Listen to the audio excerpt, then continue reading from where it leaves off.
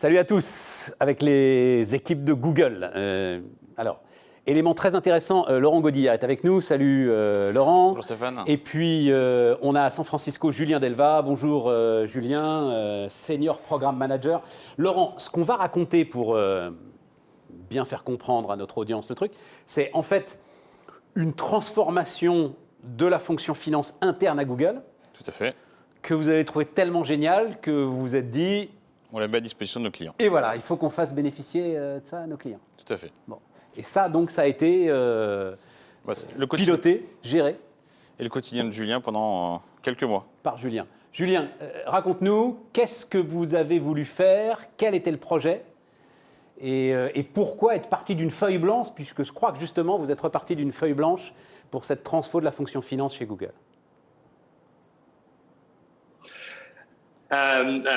Donc pour nous, ce qui était intéressant, c'était de dépasser les limites techniques de ce qu'on avait avant. Donc notre ancien ERP avait été fondamentalement customisé, un peu trop d'ailleurs, et donc c'était beaucoup plus simple et en même temps ça nous permettait d'aller beaucoup plus loin si on allait donc repartir de zéro.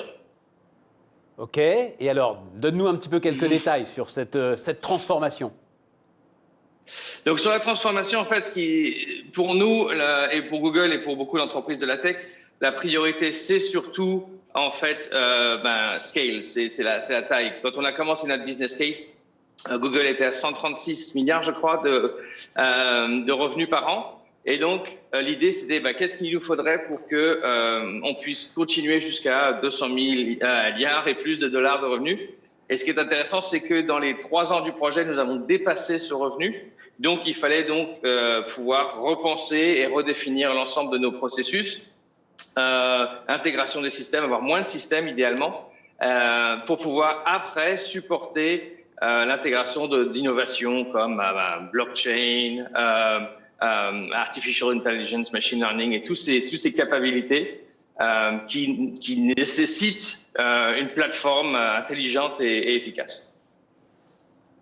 Non, je marque un petit silence parce que juste le 136 milliards de revenus, même si vous les avez explosés depuis, va chez certains de nos téléspectateurs provoquer. Mais oui, c'est Google, c'est cette puissance-là.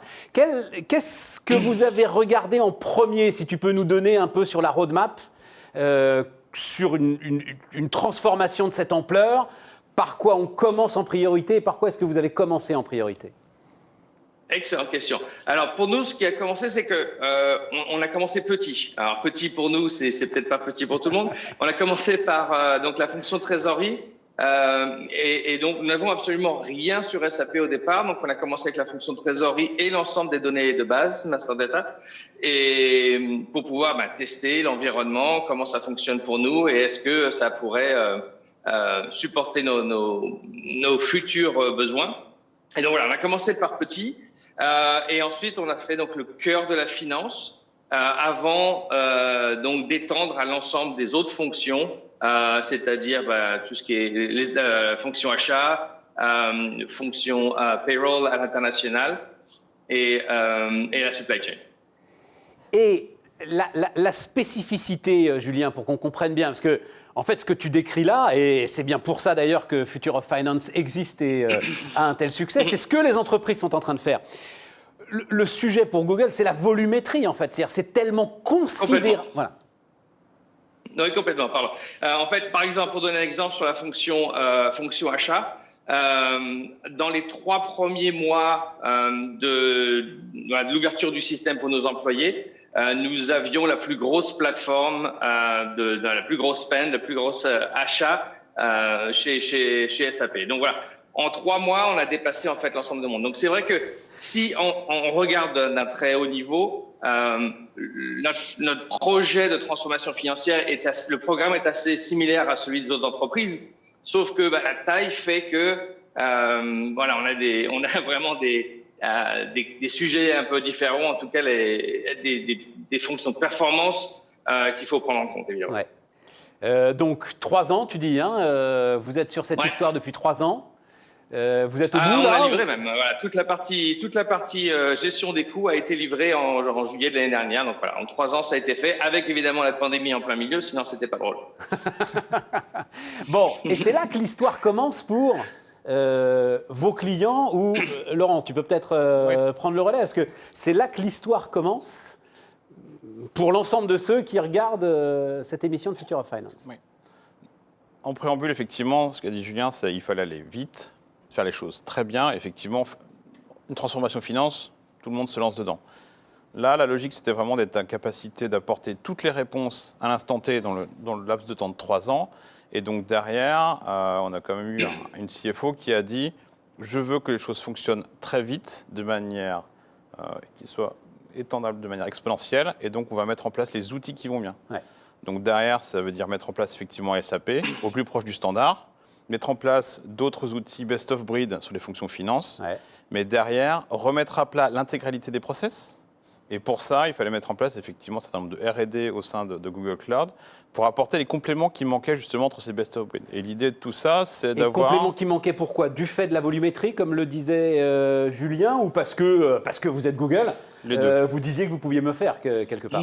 Les deux. Exactement les deux, c'est-à-dire la volumétrie, être en capacité d'être at scale, mais aussi d'apporter des réponses, notamment avec tout ce qui est IA, machine learning, tout ce qui est gestion de la data, le corps de Google Cloud, pour justement apporter toutes ces réponses-là. Et Julien a des exemples notamment sur comment gérer la trésorerie dans la phase de Covid, par exemple, qui sont des choses autres que ce qu'on peut voir de manière classique sur un projet de transformation financière. Tu dirais, Julien, que vous avez inventé de nouveaux outils ? Oui, en fait, je dirais que les pièces du puzzle étaient là, en fait. Hein. Mais c'est leur connexion qui était le plus difficile, en fait. Ce qui se passe, c'est que quand on a une plateforme ERP comme SAP, avec nous étions revenus à un standard, puisque c'était un peu la maladie qu'on avait avant. Donc, on est revenu, je crois, sur 94% en standard. Mais quand on veut connecter cette plateforme end-to-end process avec les outils intelligents, IA, machine learning, il faut ce que j'appelle moi de la plomberie, hein, il faut des connexions, il faut de l'intégration. Et ça, si ça marche très bien sur le papier, c'est un effort qui demande beaucoup d'ingénierie et qui, pour moi, n'a pas une valeur ajoutée extraordinaire. C'est voilà, on suppose que c'est là, mais quand c'est pas là, ça marche pas. Donc voilà ce qu'on a fait nous. Donc on a créé cette intégration entre la plateforme SAP et nos outils intelligents sur Google Cloud pour, voilà, comme Laurent disait, pendant le Covid, comme la plupart des industries, un certain nombre de nos clients étaient en défaut. Donc nous avons combiné nos informations sur SAP, voilà, combien il nous est fait recevoir, avec des informations du marché, des informations économiques, comme quel pays est le plus touché, quelle industrie est la plus touchée dans tel pays, pour un peu voilà, faire la priorité des clients avec qui il fallait travailler pour récupérer l'argent. Et donc voilà, cette priorité combine en fait cette plateforme ERP sur SAP avec nos outils d'intelligence sur Google Cloud. Et c'est cette intégration qui était un effort assez important. Et on s'est dit mais pourquoi est-ce que tout le monde doit refaire ce travail alors que voilà, c'est pas là qu'est la valeur. Et donc, voilà, nous, on a mis en place ce projet pour que cette capacité soit accessible aux clients pour accélérer leur transformation digitale et accélérer leur accès à nos outils intelligents.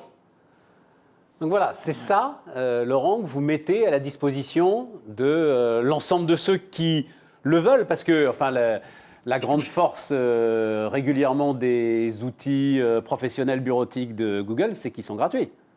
Oui, alors pour la partie B2C, B2C mais la excellent. B2B, c'est payant. Absolument.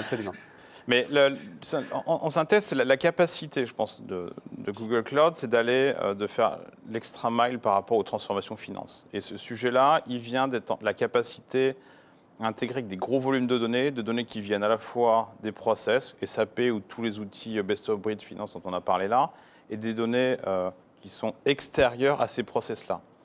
On parlait du Covid, mais il y a vraiment beaucoup d'autres exemples.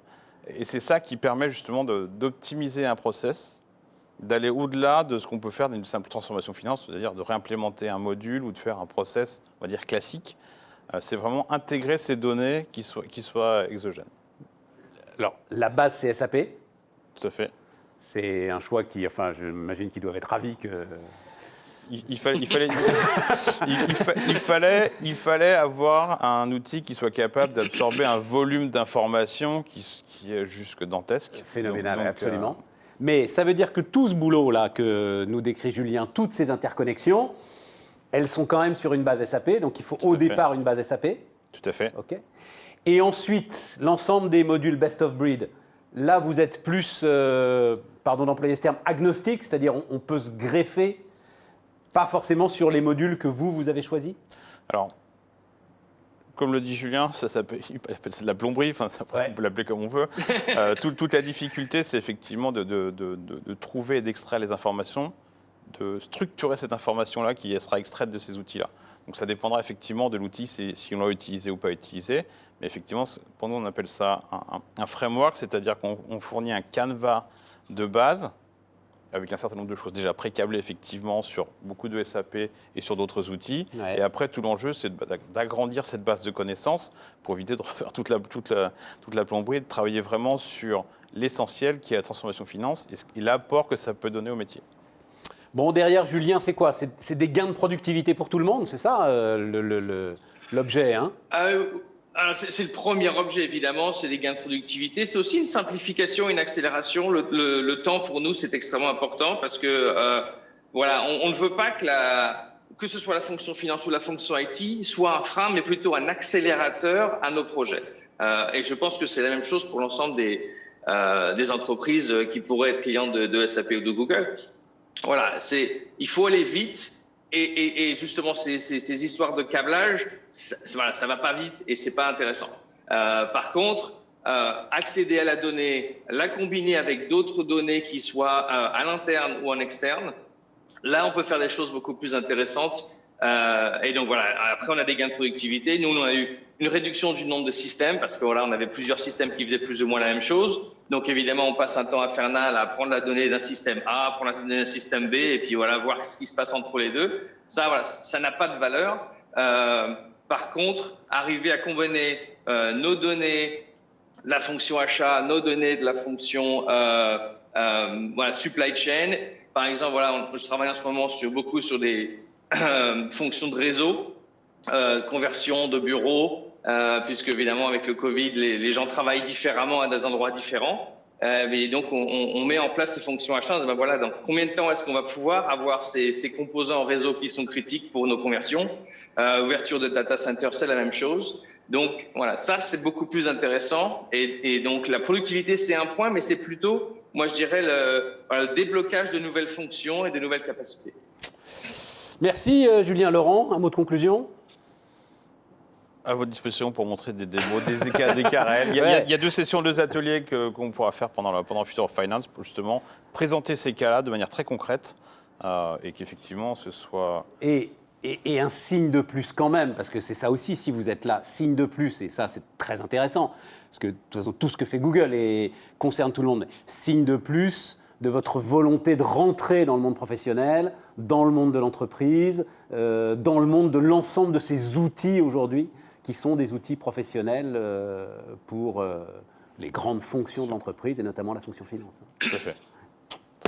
Merci à vous, merci Julien, merci Laurent, merci à vous de nous suivre, de nous retrouver à l'occasion de cette 7e édition de Future of Finance et d'aller consulter l'ensemble des modules, des tracks, des vidéos qu'on met à votre disposition.